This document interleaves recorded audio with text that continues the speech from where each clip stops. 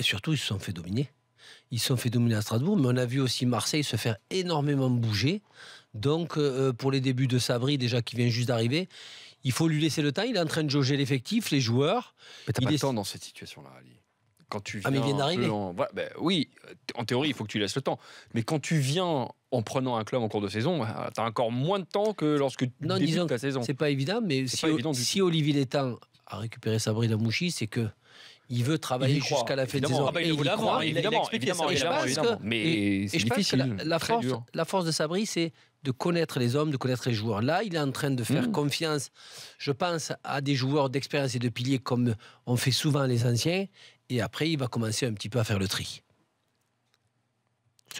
La trêve de fin d'année, la mini-trêve de fin d'année va arriver à point nommé, je pense, pour ça. Il faut prendre des points, c'est vrai, entre-temps, pour Rennes.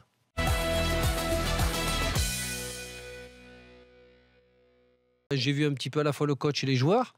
Je peux te dire qu'ils attendaient ce match-là et de débuter le match face à Troyes avec un premier but de Troyen. Et le problème des Troyens, c'est qu'à ce moment-là, ils ont l'occasion du 2-0.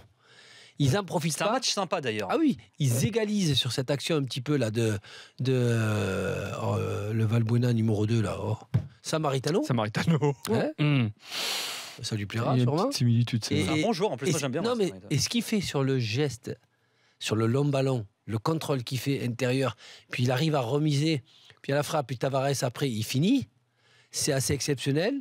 Et c'est le tournant du match, parce que là, ils égalisent, et puis après, ça tourne à l'avantage de Dijon.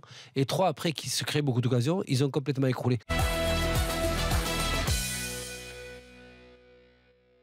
Emery aime bien Pastore. Il est à la recherche de ce style de joueur-là. Et par contre, je me suis focalisé en même temps sur un joueur, comme je me focalise un petit peu sur tout ce qui est offensif.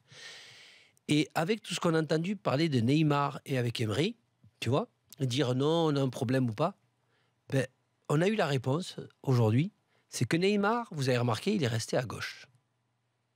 Pas toujours. Il est pratiquement tout le temps resté à gauche. Non, mais attends, je vais te dire pourquoi. Mais c'est quoi ta théorie? Ma théorie, c'est de dire, bon, tu veux que je joue là, pour l'équilibre de l'équipe, je vais jouer à gauche, mais on dirait un mec capricieux qui était dégoûté sur le côté gauche, et il a fait le minimum. Il a perdu tous ses duels, il a perdu tous ses ballons, et en fait, quand il joue comme ça, il ne sert à rien. Il a joué pour sa gueule, voilà, on peut le dire comme ça. Il n'a même pas joué pour sa gueule. Toi, tu l'interprètes comme ça, ce match aujourd'hui. C'était un mec contrarié. Oui. D'accord. Il n'a pas joué.